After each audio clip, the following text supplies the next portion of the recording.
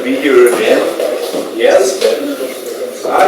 That's too far, actually. We will not be on the picture. So, it's a pleasure. Thank you very much for the invitation. It's a pleasure to come here. This is the first time I come here on my own without family, so it's an experience. But it's always been wonderful conferences. And, to some extent, this is a continuation of the work that I described here 2 years ago, last conference. And so this is the topic. It grew out of work with a number of collaborators, originally Mathieu Guépaquet and Sasha Orlov. The most recent, the last part, which refers to topological recursion, we wanted for a long time to embed all of this work into the topological recursion scheme. It looks like we're succeeding, and that's joint work in progress together with Sasha Alexandrov, Guillaume Chapuis, and Bertrand. So I'm going to begin at the very beginning, and we'll see how much time we have to cover all the material. So here's an outline. The first part is just a review of what is meant in the classical sense by Hurwitz numbers, both in the combinatorial and in the geometric sense. Then there's a review first of the original use of tau functions as tau functions in the sense of KP and the generating functions for Hurwitz numbers. They originally was for simple Hurwitz numbers being worked by Andrei Hande. And we extended this, and other people extended this to many other cases until it became a subject of its own, weighted Hurwitz numbers, which can mean a lot of different things. In particular, it can be thought of probabilistically if you choose your weights correctly. And also quantum Hurwitz numbers, which is in a sense the special choice of weights. So I'll describe all of that together with numerous examples in the second part of the talk. The new work, which dates since about a year, a little more than a year, is how all of this is embedded into the topological recursion scheme, and that will just be a sketch. But in fact, there's quite a lot of material. There's a work in progress on that together with these co-authors. Okay, so I just want to go back historically, 19th century question. How do you factorize elements in the symmetric group? So the question is, if you're given an element of a conjugacy class, which is given by the cycle type of a permutation, the cycle type will always be denoted by a partition. How many ways can you factorize such an element into a product of k elements, each of which belongs to a conjugacy class of given cycle type? That's the original question. It's always going to be partitions that label either irreducible representations or conjugacy classes. So this would be 4, 5, 4, 4. And the answer was given in the early days of group theory by Frobenius, and there's this Frobenius-Schur formula, which explains what this number is, the number of such factorizations, in terms of standard representation of theoretic quantities. The main thing is the group character chi lambda mu. So this is an irreducible representation of the Sn group. Lambda is a partition of n. Mu I is also a partition. We take all conjugacy classes and take a product of the characters for a given representation, and we sum all the irreducible representations corresponding to that partition. With a certain normalization, which are combinatorial, there's a factor which tells you what the automorphism of the element is. That's the order of this. It's a standard formula. Most of these are standard formula from the Donald book or on symmetric polynomial representation theory or Stanley's book. This is the content product expression. It's given by a determinant. Everything is determined by the lambdas. So these are just combinatorial. Basically, it's the sum over the product of the irreducible characters that tell you this character.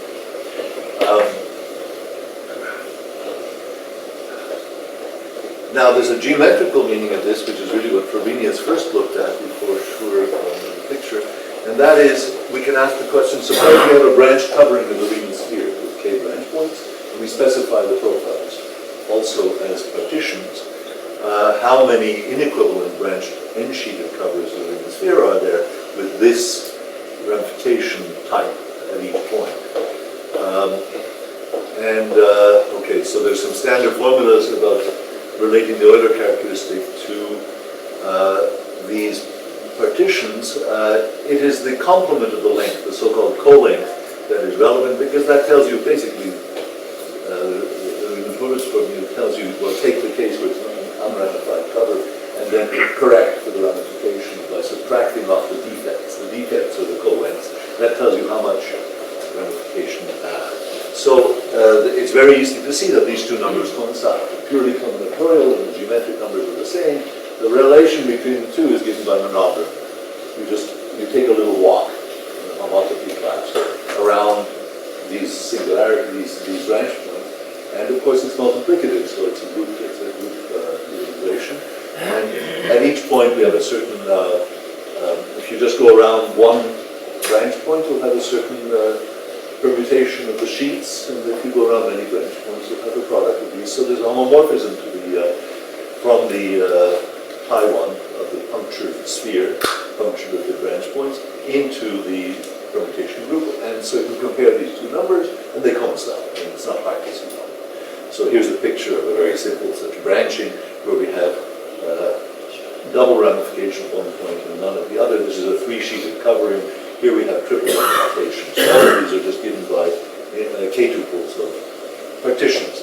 Now, a particular case which was studied many years ago by, well, already by Frobenius, but the relation with integrable systems and tau functions was first found, I believe, by Harnad and Ochenko.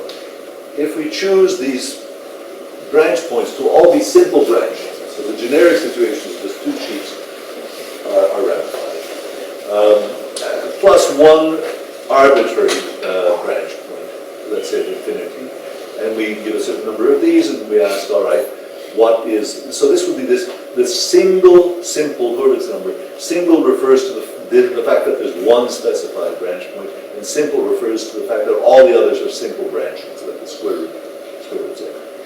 And so if you look at the particular case of Frobenius Schur, it becomes this, where the characters remain, there's one character from you, and then there's the characters which come from the simple branchings, and they're given by a very simple formula, sort of content sum formula. You just take the Young diagram and you fill it up with the integers that tell you how far you were away from the main diagonal, add that up, it gives you formulas of simple arithmetic series, and that formula tells you the exact details. Everything else is like before. So this is a special case of the Frobenius. Now there was a generating function for this that was okay. This was also extended by Okhunkov to Andre. Are you here?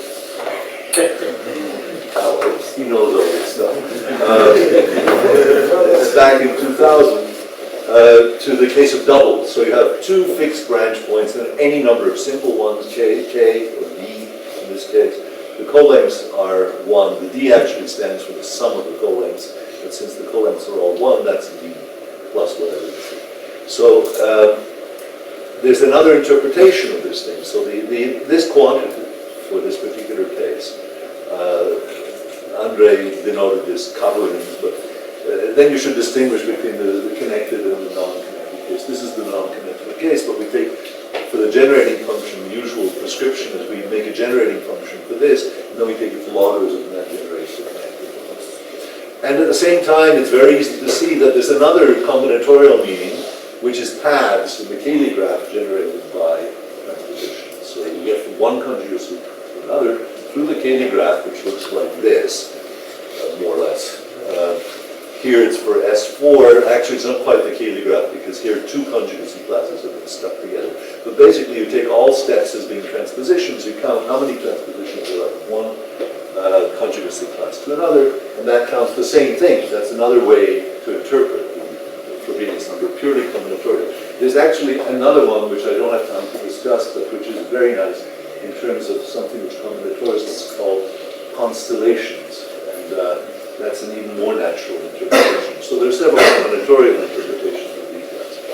Okay, so what Andre and Andre did was to write down generating functions which are of this form. First of all, they wrote down what we call in the integrable systems community a tau function hypergeometric type.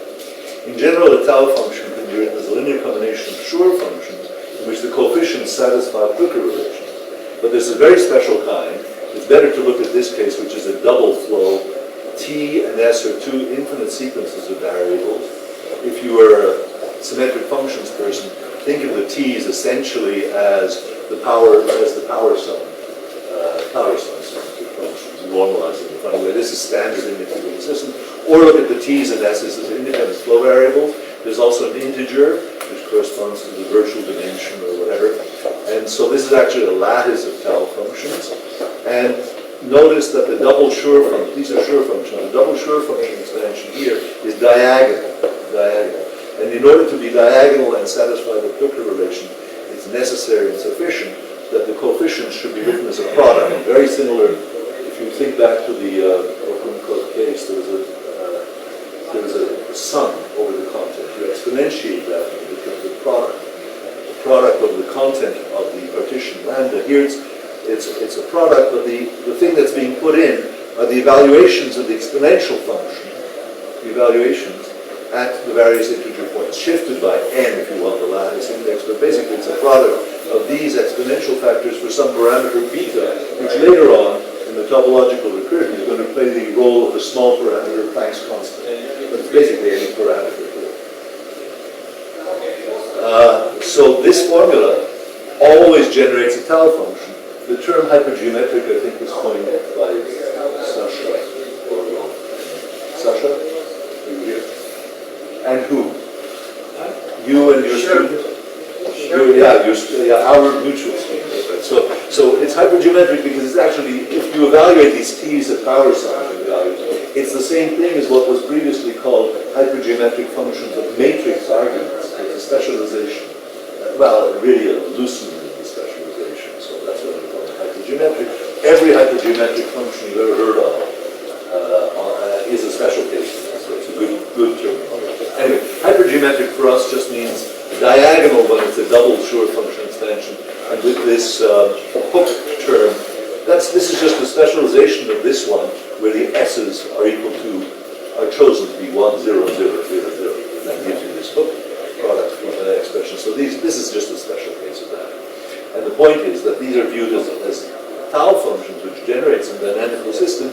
They satisfy the famous Hirota-Bylini relations, that is, multi-KP version or a two-tota version. This is one way to summarize it in terms of formal contour integrals and residues.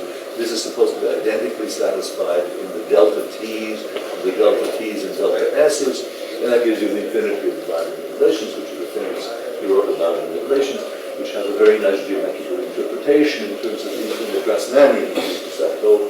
They are basically the Plücker relations, together with the standard abelian root action on the Grassmannian. Okay, now if we change the basis, if we use the Frobenius character formula to change from the Schur function as a basis for the symmetric function to the power sum symmetric function, the coefficients are well known through the Frobenius character formula that are given by the group characters. This, by the way, is the TS flow variables are related to the power sums of this one. And you change the basis, you have an expansion instead in terms of the power sum symmetric functions. And lo and behold, the coefficients are exactly the Frobenius, the Hurwitz numbers that we spoke of before. In this case, this is the guy, where's the coefficient? This is the guy that tells you how to factorize exactly the way that Pandit did an element in the conjugacy class mu into D elements which are simple. So they're, the partition is 2, 1, 1, 1, 1, 1, simple branchings. And this, you fix 2 points, let's say 0 and infinity with fixed branchings, and this number is exactly what's given by the Frobenius character formula. So that, the Frobenius Schur formula, but for that case. So this was the remarkable connection between the integrable systems and this Frobenius, the Hurwitz numbers that was found by Pandit back in 1999. So I'm going to be speaking today about generalizations of this, which I already spoke about 2 years ago. Many people have contributed to this, but there's a very general framework which I will describe in the next 10 or 15 minutes. So very quickly, already in the case we just looked at, there's a fermionic representation of these things. The basic idea that gives hypergeometric tau functions is there's always one or two abelian groups, which are the flow groups generating the KP flows or the tota flows.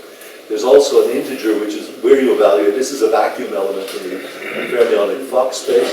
And here, in general, we have some element, some representation of the Clifford algebra, which is Clifford representation of the GL infinity group, which are diagonal in the standard Clifford representation. So these two elements, F1 and F2, have this form. For those who are familiar with fermionic notation, which needs no explanation. If you're not familiar, this is a bit of a crash course, but it's not really needed. You can actually factor out everything that's fermionic and everything is still understandable. So if you like fermions, here we are. We take these diagonal creation and annihilation operators satisfying the Clifford generators. We put in coefficients weighted by powers, and for each of these we generate basically a commuting subalgebra within the Clifford algebra. And the exponentials of this with one coefficient and that, F1 and F2 with another coefficient. Here's where the little parameter beta comes in, which will be important later on for the WKB approximation. This is it. This is just a way to express the tau functions that we saw before, and it follows that those are hypergeometric type because these are diagonal. The fact that these are diagonal representations imply that the double Schur function extension is diagonal, just by going to a pseudo basis. Oh, and the flow groups are the standard flow groups. These are abelian groups. Gamma plus is given by exponentiating these current elements, which are bilinears in the creation and annihilation, and we have gamma plus and gamma minus. Classically, they commute. The second quantized version, there's a central extension. I won't go into the details of that. Okay, so now I just want to say something again about paths in the Cayley graph. If you have a Cayley graph generated by transposition, here's a path. You'll start at a point H, and go through some transposition times H, 2 transposition, and so on, and end up at another point. That's a path because it's an ordered sequence. We choose the A's to be less than the B's, which is AB is the same as B is, so we may as well choose it that way. And, okay, there's no special constraint in general on what pairs of integers these can be between 1 and n. But every such path has an invariant associated with it, which will be important in the weightings later on. So we call this the signature. I don't know how standard this is. If you have such a path, what you do is you count up how many times does a certain integer appear as a second factor. So B1, let's say 2, could appear in this sequence 3 times. That gives you a collection of integers which you can order weakly, and that defines for your partition. So the partition associated with any path, which consists of the number of times that any particular integer appears in that path as a second element, we call the signature, and that's important. Now, in general, we're going to look at weighted Hurwitz numbers. So the way we do that is to choose a generating function for weights. It could be quite general. It could be, in the Openkopf case, it would be the exponential function. Second. My wife tells me there's always one further than what an English-speaking person would. One further along the accent in Russian. There's always one more than what you would think it is. Okay, so for the simple case, it's the exponential function. In general, you can represent it either as this is a formal series. It need not be convergent as long as you can make sense combinatorially. But it's sometimes more natural to think of it as an infinite product, either in the numerator or the denominator, and that should make you think of the generating functions for elementary and complete symmetric functions. So if you really think of it that way, in terms of these parameters, the terms over here are going to be, depending on whether we use this or this, are going to be either an elementary or complete symmetric function. And in general, if you take a product of these things, that gives you a basis. This is standard stuff that can be found in McDonald's book. The elementary or the complete basis for the ring or the algebra of symmetric functions. Now, here comes that signature. This number, m lambda mu nu, I won't say how we found it. This was in the work of Mathieu Guy-Paquet. But combinatorially, it is a counting number. It counts how many paths there are with signature lambda, starting in the conjugacy class mu and ending in the conjugacy class mu. That's some integer that can be counted. We take that integer and weight it with this elementary symmetric function in terms of the weighting parameters, or if you like, the product of the coefficients in this generating function expansion. And there's a combinatorial factor as well. And we call that the weighted combinatorial Hurwitz number. It's one definition. There are actually three equivalent definitions. This is the analog of simply taking the Hurwitz number of counts paths without ordering or anything. Here's an ordered path, and the only thing that determines the weight, besides the choice of the weighting function, is the elementary symmetric function associated to the signature. So there's the only memory of the characteristic of the path that is retained is its signature. All paths with the same signature get the same weight. Again, we can write a content product formula. We take the generating function and we evaluate it at the content, that is, at the differences between the vertical and horizontal coordinates of the Young diagram box, multiplied by this parameter beta that will come back later on. And we take all of them and we multiply them over every box in the diagram.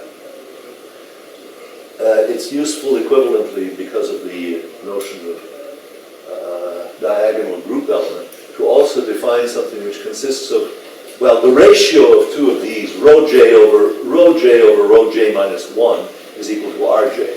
So you can multiply it up from 0 and express the rho j's as a product of a finite number from 1 up to j, or rj. This is a relevant factor which will figure in the fermionic representation if we come back. It tells you which diagonal element it is. So now, in terms of that, you can define a tau function. Here's the tau function. Just like Okumkov did, only we're not using the exponential generating function, we're using an arbitrary generating function for weights. And sure enough, when you make the change of basis using the Frobenius character formula from the Schur functions to the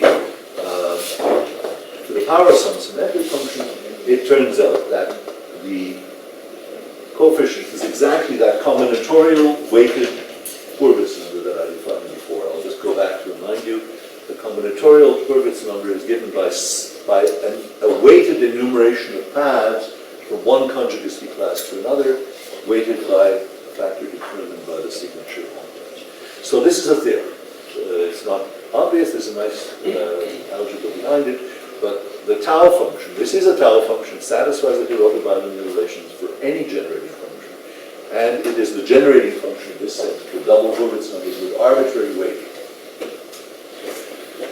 The proof of this goes through some algebra, which some of you know. I'm not going to belabor this, but it uses the group algebra, the symmetric group, and a certain very special set of commuting elements, the so-called Murphy elements, which are sums over transpositions, and there's a basis which is natural for the center of the group algebra. Two bases: the basis over the cycle type sums, which is just everything in the same conjugacy class. The best reference to this stuff is Sergei's book, the appendix that John Zagier wrote to his book. All of this. You start. So the book is good too.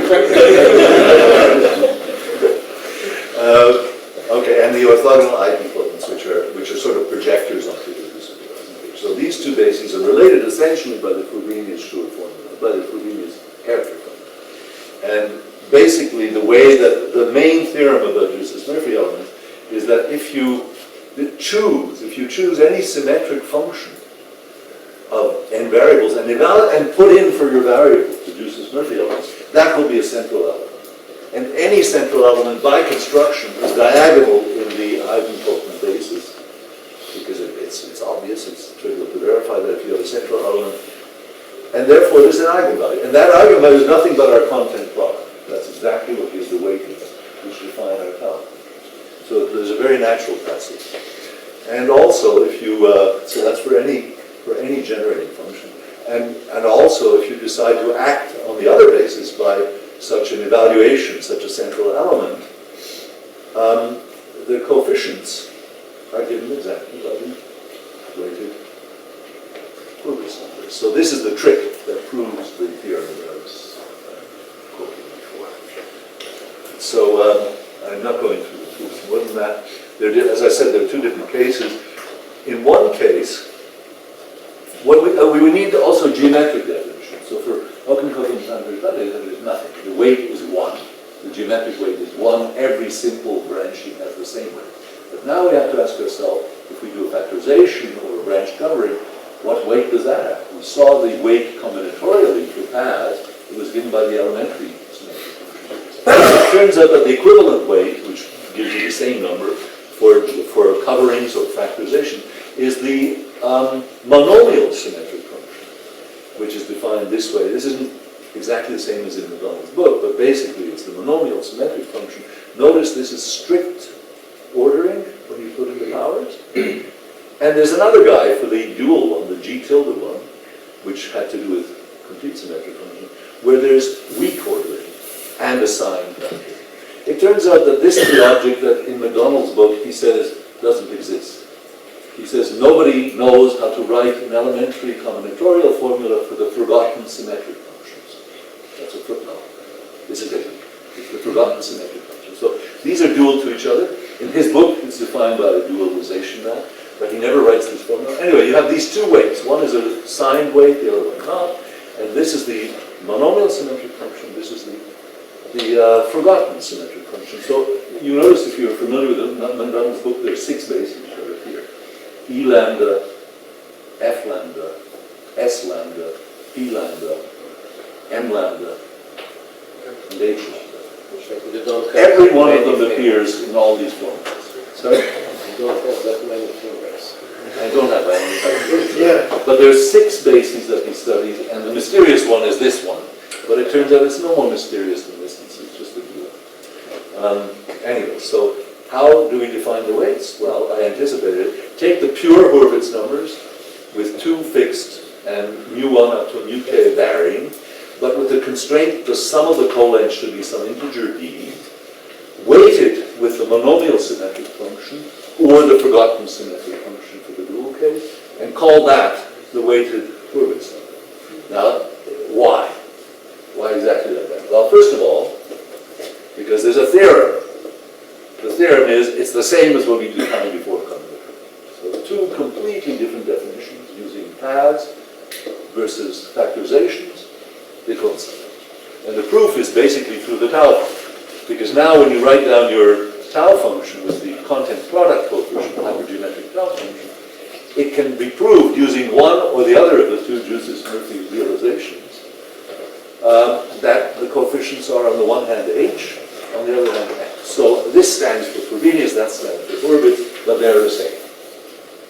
And there's a third one which I can't write down because I didn't prepare the transparency, but there's a beautiful way, another combinatorial way to define this, which has to do with taking graphs, quivers, weighted graphs, and giving weights to certain type of vertices.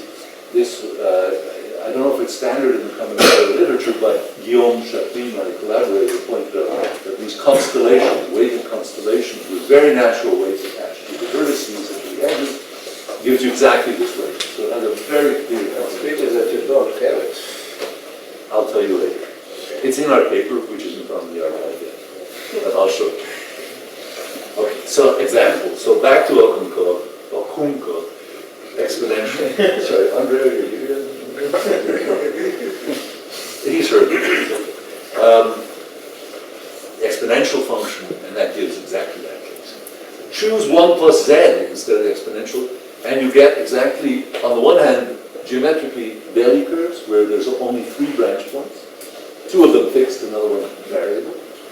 Or, in the combinatorial sense, the paths in the, it's equivalent, the paths in the heliograph are monotone. So what you're counting is monotone paths, whereas Okunko is counting arbitrary paths, but always generated by transposition. So these 2 are equivalent. This is strongly monotone. It's important that it's strictly ordered, not weakly ordered. If you do, you could also do composite, where you allow groups of paths, each of which are monotone. The length of the group is k. This is another case. I'm going to run through the many examples. Composite, this is where you have different types, different colors. I won't do that. They each have their own type of generating function. Signed Hurwitz was already discovered long ago. Actually, Mathieu wrote this in his thesis. His supervisor was Ian Goulden. And this, the sign case, turns out to have this generating function. Just the thing for when you multiply it for complete symmetric functions. And it has the beautiful interpretation that coincides when you interpret the flow variables as trace invariants, it coincides with the Hurwitz-Zubair integral. It's a beautiful fact. There's also properties like particle reality and so forth. What they didn't know at the time, but followed from our work with Sasha Orloff, is that combinatorially, it is also counting paths in the kilogram, but they are sign paths. They pick up a plus or a minus sign depending on whether the number of, sorry, it's the other way around. It was known to Ian Goulden and Mathieu that they are weakly monotone paths in the kilogram. What was not known that in terms of branch coverings, they are sign weighted. I mean, they're just signed by, they're weighted by plus or minus 1, depending on whether there's an even or an odd number of branches. And then you see right away that that's the meaning of it. And actually, this example with sign counting is what inspired looking at that. Why just sign? Why not put arbitrary things? So this is what inspired me.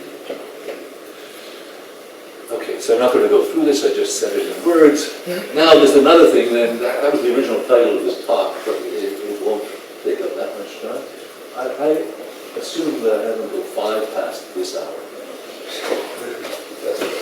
It's very strict with time, except when it's my turn, then we start late. I'm going to be really strict. I'm going to be very strict. Okay, so this is a nice one. I'd like to just, it was not supposed to be in the original talk, but we have 5 minutes. I'll use 5 minutes. There's a special case of weighting which gives something very natural, the quantum dilogarithm function. Is Rinat Kashayev here?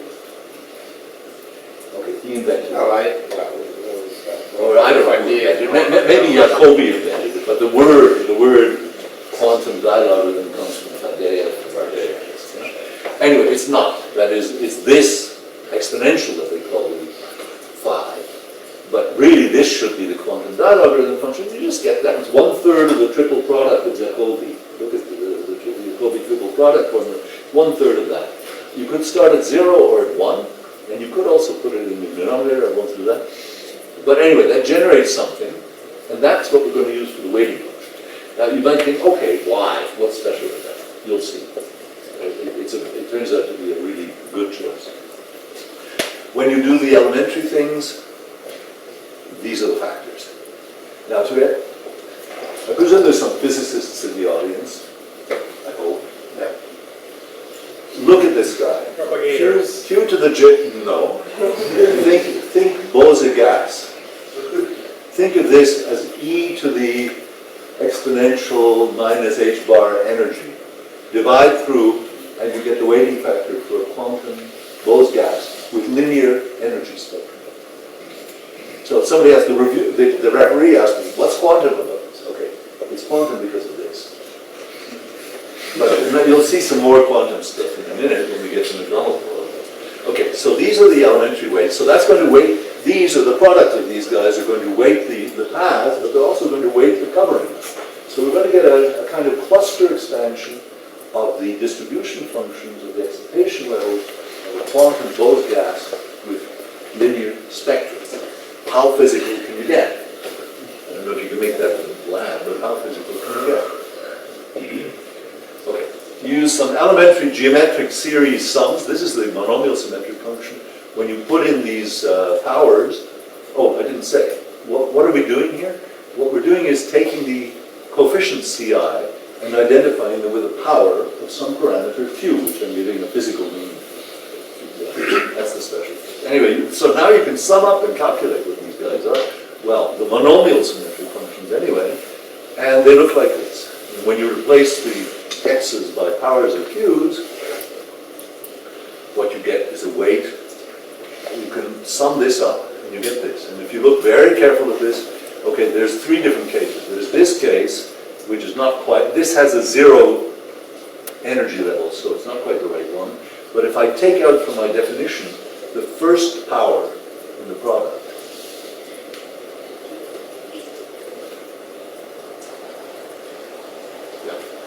if instead of taking it from 0 to infinity, I start at 1, effectively it takes up the 0 ground state level, and that's what's going to give us our quantum Bose.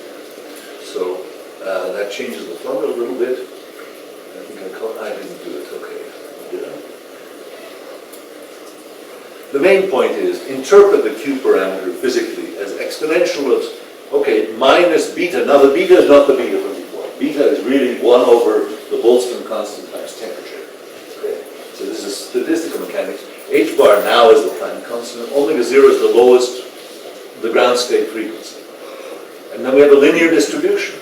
The energy is determined by an integer, and that integer is going to be associated with the co-length of the partition. So every partition is like a molecule, and its energy is determined by how degenerate that branching is. So we'll have this, this is the energy formula. It's beta, h bar, and 0. Those are just fake constants, but it's to make it look like a both gas. And the actual energy levels are linear, determined by the co-lengths. So you see correlation between, it's reasonable, because the bigger the co-length, the less probable. So it's a lower stratum. So whatever weighting you use, we're giving less probability to high degeneracy. And so here's the result. We have a weighted Hurwitz number, in which the weightings, okay, here I changed it to prime, that's the one with delta 0, in which the weightings are essentially given by cluster extensions of Bose gas. So that's as much physics as I'll talk about today. The fermionic representation is very easy. As I mentioned, those quantities that were obtained by taking the products of the content product formulas give you the diagonal group element. And here is the general representation of a hypergeometric tau function of any sort whatsoever, whatever these weights are. And we just reinterpret the weights and the constants that appeared before. So I'm repeating the fermionic formula. Here's the repetition of the relation between the parameters Ti, rho j, and the C's that appear. Okay. So now I'm into the last chapter. 15 minutes. Yeah. From now on, I'm going to make the links of topological recursion. So all of this is asking lots of questions. We're working out probabilistic implications, asymptotics, all kinds of things, especially in the quantum case. But now let's see, does this fit into the topological recursion scheme? It does. I wouldn't be here talking about this if it didn't. It wouldn't be in the title anyway. So let's define, it's not obvious, but this is the correct mathematical basis, fermionically. What this is for those who like to talk of Grassmannians, this is on the one hand for positive integers, k, it is the basis of the element of the Grassmannian that Steklov talks about. But it's a dressing transformation. The dressing is a combination, on the one hand, of one of the two product flow variables, the S variable, plus the diagonal group elements, C rho, that's what makes it hypergeometric. This, let's just go like that, should be a,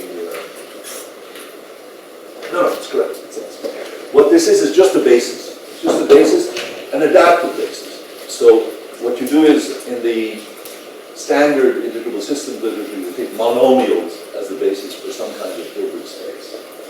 And then you dress those by whatever dressing transformation gives you the appropriate dressment. But you dress not only the positive, you also dress the negative monomials, so you get a doubly infinite sequence, and that's what this guy is. Okay, it's an adaptive basis. And it can be expressed explicitly using the fermionic formula as power series in Z. Depending on whether K is positive or negative, you might or might not have positive terms, but they all go down to minus infinity. And the coefficients are all known. The rho J's are determined by the weighting coefficients. The H's are just the complete symmetric functions in terms of this infinite set of variables, which are flow variables here. There's a dual adaptive basis, W and W star, and the very first of these, K equal to 1, is nothing but, in the integral systems language, the Baker function, the Baker-Acquieser function, evaluated at t equal to 0. The others are shifts of that, as we'll see in a minute. Okay, so now I'm getting to the topological recursion. I recall that this work, this last part of the work, is joint work with Sasha Alexandra, who's here, and with Guillaume Chappy, and with Harnad. So we have an Euler operator. The beta is missing here. There should be some normalization. And we also have a recursion operator, which is just an evaluation of the generating function on beta times the Euler operator. And what turns out to be the case is this, in general, infinite order differential operator, but will be interested in the finite order case, is acts as the identity on the weighting function. the weighting function whose Fourier coefficients are the rho i's is left invariant under this recursion operator. When you apply it to the adaptive basis, it is a recursion operator. It gives you the previous one, and you can start anywhere in the doubly infinite sequence to do that, and it's convertible. So in fact, using one element, the Baker element, we can generate the whole adaptive basis just by applying forward or back this recursion operator, and that is the key to the whole thing. So just to change notation, here is the Baker function evaluated at t, and that's W1 star. So there's no dualization. This is the dual Baker function, that's W1, and it's an easy calculation. You can either use the bosonic formulation or the fermionic formulation. That this satisfies what is usually in the literature called the quantum spectral curve. If you apply the Euler operator to psi, this looks like it might be an infinite order differential operator, but look, there are some cases in which it's a finite order differential operator. Namely, if the number of non-vanishing s's is finite, and if the generating function g is polynomial, then that's actually a finite degree expression. And this is simply a differential equation in the spectral parameter, which is left. So G is a generating function G is for the the weights. For the weights, yeah. But now you use that to define this operator. And this, although that looks like an infinite sum, there are only a finite number of terms if we truncate. So there's only finite numbers. And this is a differential equation of finite order in that case in the spectral parameter. And although it's only written at t equal to 0, it is compatible with the KT flows. So for those who are interested in such things as isomonodramatic deformation, this is, it's not a Fuchsian operator, but it's a rational coefficient, higher order differential operator, finite order, whose monodromy or generalized monodromy is going to be preserved by the flow. So it's actually in the realm of Geta. Geta? Goro? No? Oh well, he likes to think of it. If he's here, he's asleep, but he likes to think of the quantum spectral curve as an isomonodromic deformation. I agree with him. That's what it is. The classical version of this is where you replace the ddz operator by simply classically conjugate variables, which you denote as x and y. So here's the classical spectral curve for this system. And now I'm assuming some familiarity with topological recursion. One always has to have some sort of integrable type of kernel. And what it is this. Here's the fermionic representation. This is a two-point correlator, or a sort of Green's function. Two-point correlator, everything is evolving in the same way using the CR, this diagonal, and the second of the two Coda flow evaluations. Looks like an infinite sum. It's not quite the basis we had before. It is a truncated version of the W basis because the positive elements are left off. But this is a sort of like what you get in Courant and Hilbert, a sort of spectral decomposition of a Green function. But in this case, we like to call it the Christoffel-Gardou kernel because it's exactly what inspired the original topological recursion formula, in which case these functions were polynomials, bi-orthogonal polynomials. And this follows the same structure exactly. You have this thing, which looks like an infinite sum, but in fact, I don't know how to write this, due to some calculations that are not yet published, but done together with Sasha, this can be rewritten, this two-point correlator, as a finite sum. This can be written with only a finite number of terms as long as the s's themselves are truncated with a finite number of terms and the generating function is polynomial. I think we can also get away with rationals, but we haven't put in the details for that. But that's a new result I'm announcing without actually putting a formula like that. So that's one of the key steps for topological recursion. You need such a simple kernel. And this is singular or not singular on the diagram? It's not. It has a singularity. It's just you see it explicitly. If you take out the 1 over z minus w, it has that, but everything else is right. It's exactly what's in. Okay, now how do we get topological recursion? Well, again, I'd like to go back to the fermionic formula. But the main point is that there's another generating function for the weighted Hurwitz, same weighted Hurwitz number. Instead of using the tau function, you can use what I guess is best called a multi-current correlator. We find the vacuum expectation value with this as the dressing transformation of the positive frequency parts of the current product, of the positive frequency parts of the current operator. You evaluate the matrix elements, and lo and behold, you get a generating function series once again for the same weighted Hurwitz summary. The difference being here, this is a delta. So for those who are worried about whether this is connected or not, the tilde means connected. So it's actually the thing generated by the log of the tau. This is connected Hurwitz numbers. The weighting factor comes in differently. We always have n parameters, like an n-point correlator, and that comes with the monomial symmetric function as well.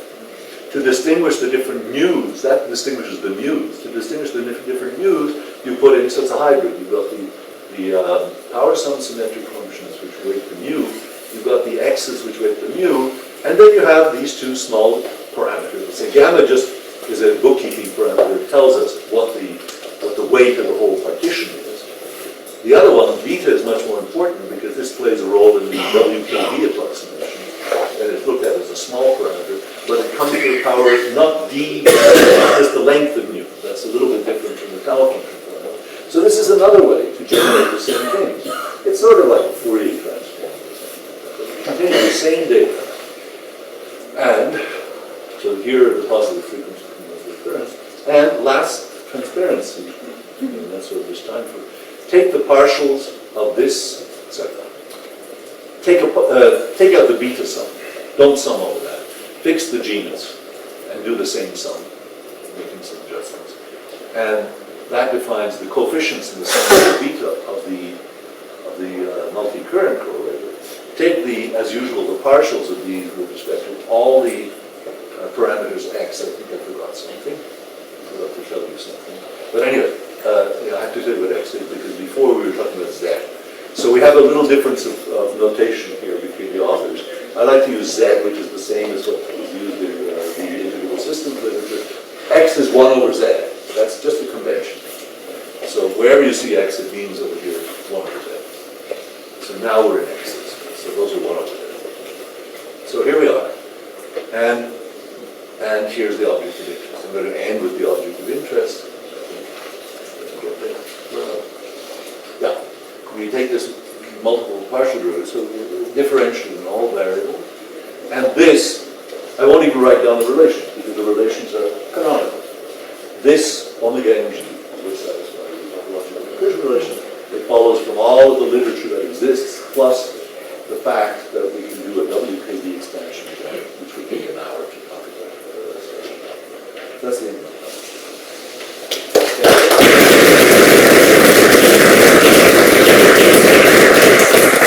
Questions? It's something on page 43, I didn't.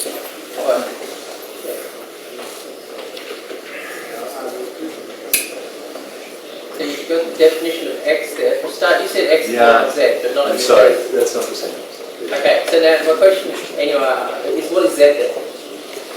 Z was the parameter that appeared in the Baker function. And so it's supposed to be a parameter on a curve. We use it formally. So yes, in the usual set for Siegel and Wilson, it's a loop parameter. For Sato, it's just a way to. So it's like a rational parameter. If you like, it depends which class of tau. We're dealing with formal tau functions. If you're looking at analytic tau functions, which are more complicated. Yeah, no, I'm not thinking analytic. You're just saying classical spectral curve. So I just want to understand the formula x equals z. Oh yeah, it's the relation between x and y. It's a rational curve. It's the relation between x and y implied by this. Everything is It's a rational curve. So z is a global rational parameter. Yeah. Is it global? No. Yeah, I guess it's no. It's a rational curve, but z should be looked at really as a local parameter. It's a covering. It's a branch covering, and it really there should be. This is a subtlety related to the WKB. There should be an evaluation of z. In usual formulation, z is just a vertical parameter for line number, and you've got your coverings embedded in that. There's many sheets. So actually z has multiple values. But this relation is true for each of the values. And there's only one that is the actual physical value that we were defining before. The others satisfy the same relations. And how many zeros do you have? How many branches? How many branches? Oh, there's with the assumptions that I made, there's a finite number of branch trains. And we have to prove a number of things using formal expansion. It's a delicate balance because we have to use formal expansions for some purposes, and we have to prove analyticity of others. So the only singularities that appear, Sasha will correct me if I'm wrong, are on the diagonal. We have two of these parameters coincide. Is that correct? Anyway, so there's a whole other chapter of this. We could talk about that. I have a question. What about hypergeometrical numbers? How to get to that feature? Hypergeometric. Yes, when you have a fixed, when you have a fixed number of profiles, but I think the ones you were looking at are special cases. yeah, Is that what you mean? yeah. It just choose, I think it's the 1 plus z to the k or a product of one. You may have to introduce more than one thing. Yes. It's in the paper on all of those cases. So I didn't do every one. Okay. That is true.